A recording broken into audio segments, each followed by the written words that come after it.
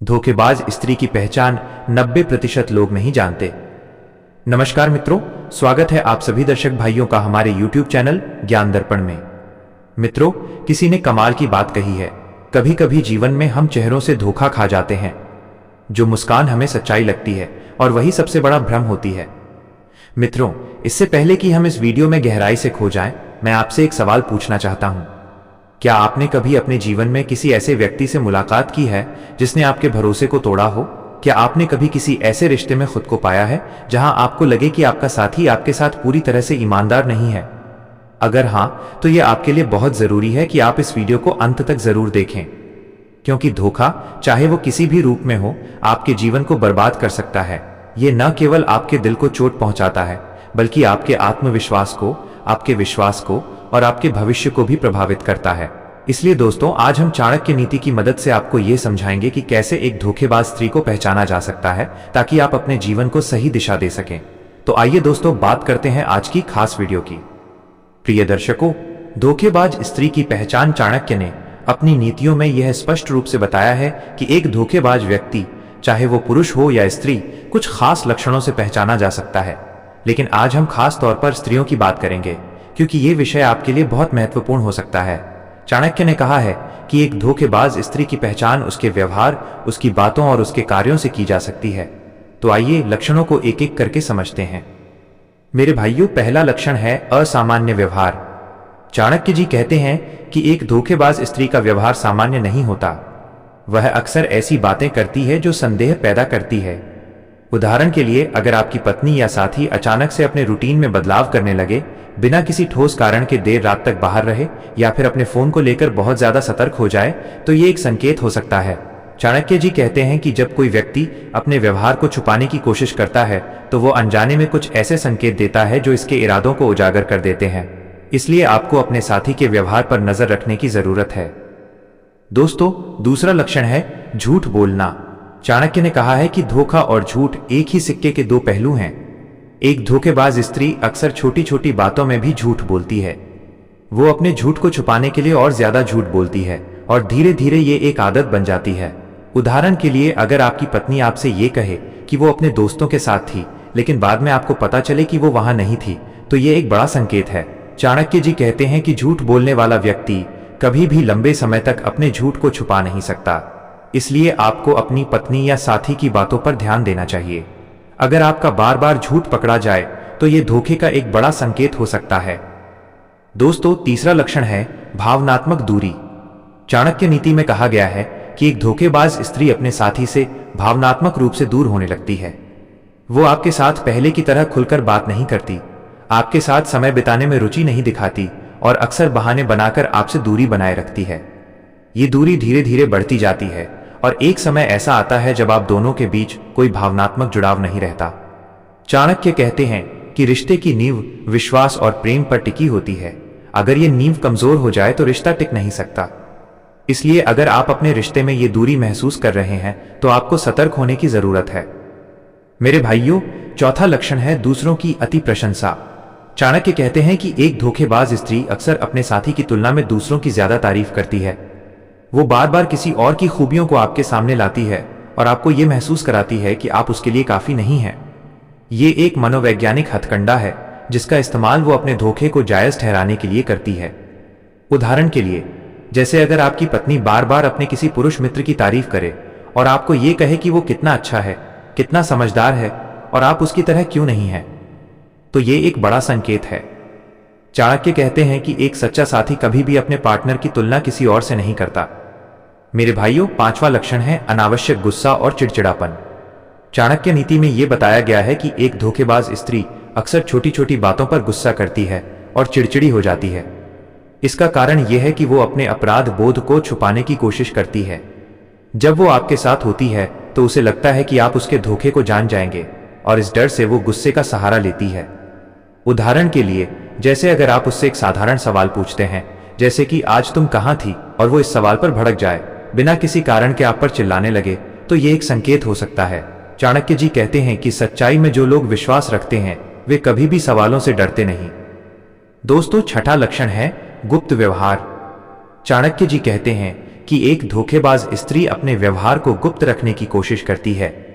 वो अपने फोन को पासवर्ड से लॉक रखती है, अपने मैसेज और कॉल्स को छुपाती है और आपके सामने फोन पर बात करने से बचती है। अगर आप उसका फोन देखने की कोशिश करें तो वो घबरा जाती है या गुस्सा हो जाती है। यह एक बड़ा संकेत है कि वो कुछ छुपा रही है। चाणक्य जी कहते हैं कि एक सच्चा रिश्ता पारदर्शिता पर टिका होता है।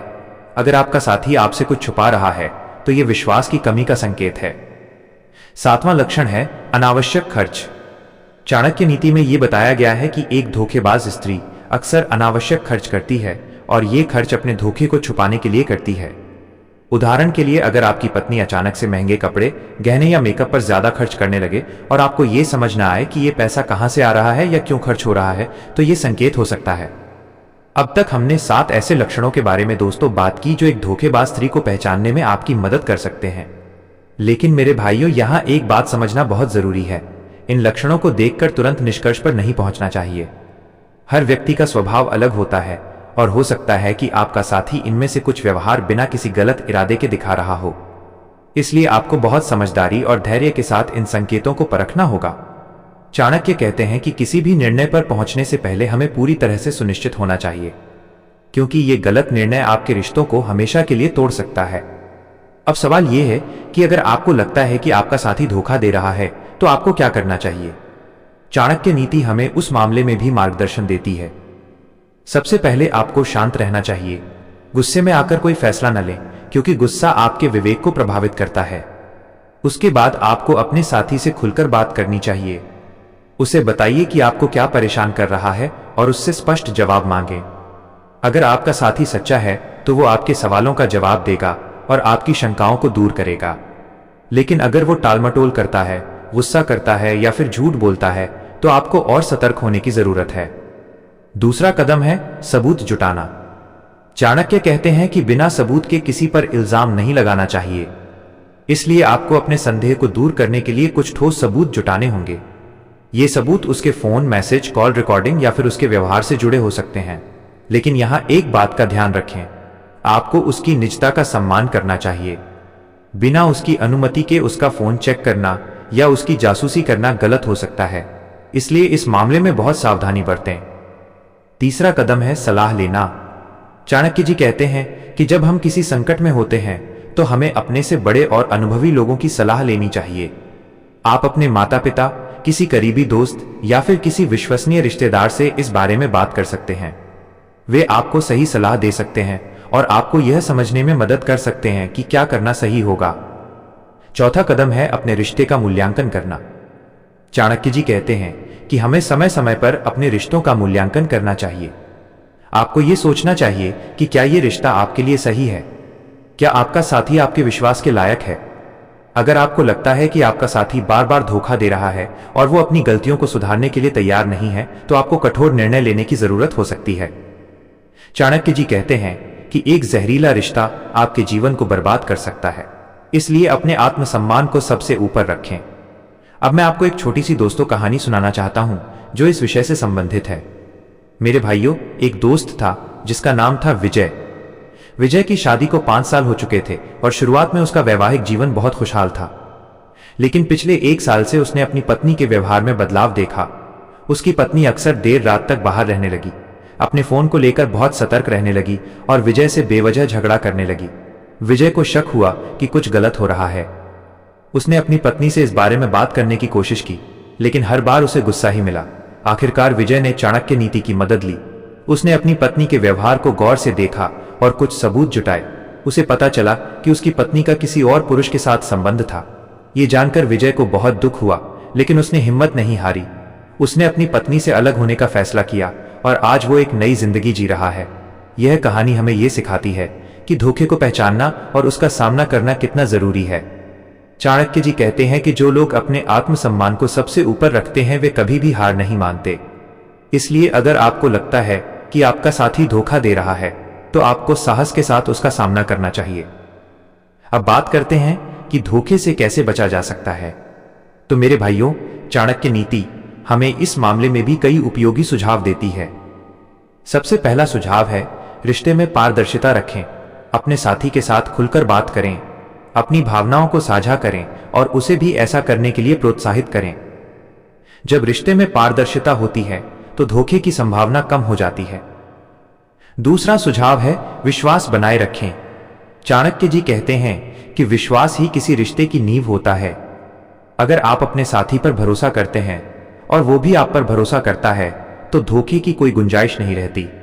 लेकिन यह विश्वास अंधा नहीं होना चाहिए। आपको अपने साथी के व्यवहार पर नजर रखनी चाहिए और अगर कुछ गलत लगे तो तुरंत उस पर बात करनी चाहिए। तीसरा सुझाव है अपने रिश्ते को समय दें। चाणक्य कहते हैं कि जो लोग अपने रिश्तों को समय नहीं देते उनके रिश्ते कमजोर हो जाते हैं। इसलिए अपने साथी के साथ क्वालिटी टाइम बिताएं, उसके साथ बात करें, उसकी भावनाओं को समझें और उसे यह महसूस कराएं कि वो आपके लिए कितना महत्वपूर्ण है। जब आपका साथी आपके प्यार और सम्मान को महसूस करता है तो वो धोखा देने के बारे में सोच भी नहीं सकता। मित्रों, चौथा सुझाव है अपनी कमियों को सुधारें। चाणक्य कहते हैं कि कई बार धोखा इसलिए होता है क्योंकि रिश्ते में कमी रह जाती है और इसीलिए आपको यह देखना चाहिए कि क्या आप अपने साथी की जरूरतों को पूरा कर रहे हैं। क्या आप उसे वो प्यार, सम्मान और समय दे रहे हैं जो वो आपसे उम्मीद करता है। अगर नहीं तो अपनी कमियों को सुधारें ताकि आपके रिश्ते में कोई कमी न रहे।